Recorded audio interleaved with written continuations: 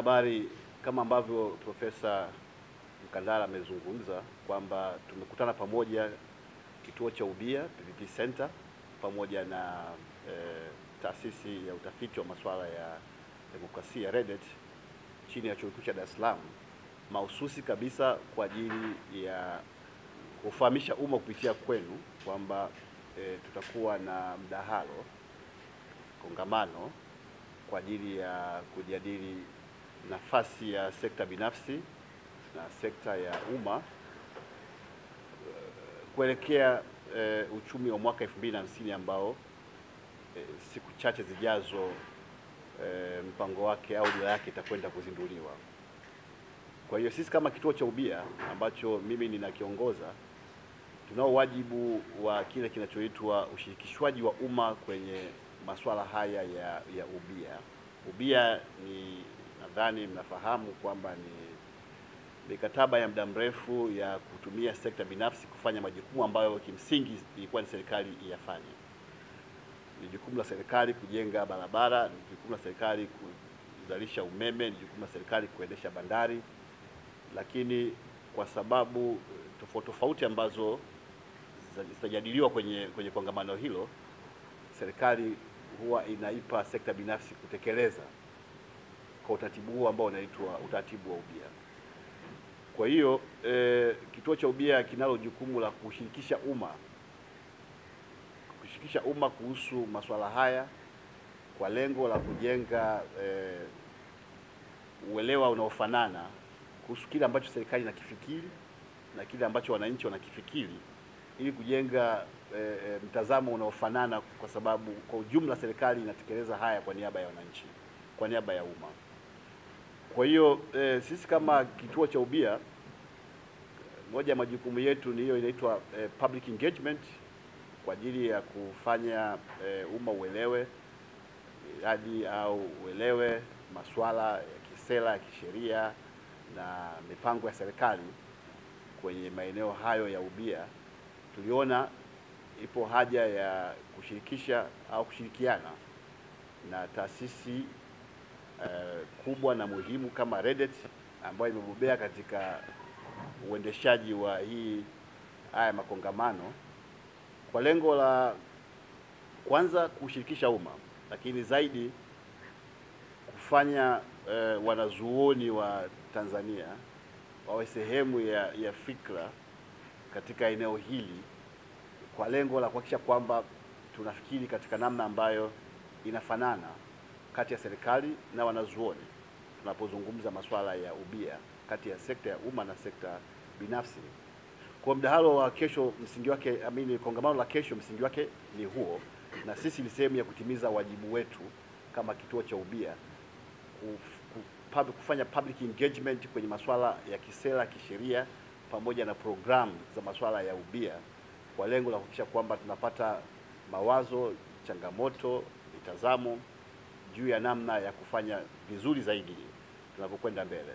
Kwa mnafahamu kwamba serikali inakwenda kuzindua hiyo dira ambayo inalenga kujenga uchumi utakaofika takriban dola trilioni 1 katika miaka 25 ijayo.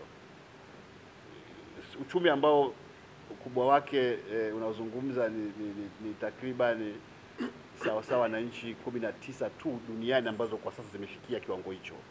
Kwa hiyo ni assignment kubwa ambayo tunakwenda tunaifikiria au serikali inaifikiria kuifanya, na kwa hiyo uhusishaji wa wasomi, wanazuoni kwenye kuchakata mtazamo wa serikali na programu za serikali, sera zake pamoja na sheria zake na namna ambavyo imejipanga kufikia, ni muhimu sana. Kwa hiyo ndio msingi wa sisi kuja kusema kwamba tufanye ubia na sisi na REDET watupe kile ambacho wanaweza kukifanya vizuri zaidi. REDET wamefanya vizuri zaidi kwenye kuendesha kongamano na midahalo. Wamefanya vizuri kwa miongo mingi sasa. Kwa hiyo sisi tukaona kwamba tuwaombe tuweze kufanya kazi kwa pamoja, kwa kuanzia na chuo kikuu cha Dar es Salaam, kwa lengo la kuhakikisha kwamba wanazuoni wanatoa mchango wa kutosha katika mtazamo wa serikali na maeneo na mtazamo wa serikali kwenye programu zake, sera zake, sheria zake na namna ambavyo inavyofikiria kuelekea hiyo dira ya 2050. Kwa Profesa, nadhani hayo kwa kifupi ndio ambayo ningeweza kuyazungumza kwa wanahabari, na ndio ujumbe ambao ningefikiri Watanzania upate, na kwa kuupata waweze kushiriki, kwa sababu ni kongamano la wazi, waweze kushiriki kikamilifu kwa ajili ya kutoa maoni, lakini vile kwa ajili ya kusikiliza kile ambacho wanazuoni pamoja na serikali tunajadili. Na nadhani kongamano hili litakuwa wazi kwa maana ya kushiriki, lakini wazi pia kwa maana ya engagement hiyo ya media ambayo itakavyokuwa kama ambavyo profesa atakavyoeleza, kwa sababu yeye ndio ambaye ana run hii program.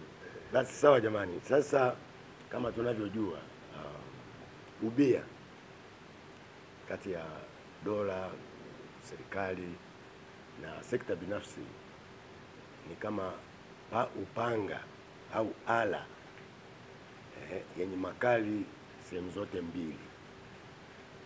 Sehemu zote zinakata. Kwa hiyo ukishika vizuri huo upanga kwa kuuelewa, ukawaelewa unakata wapi, utapata manufaa mazuri tu.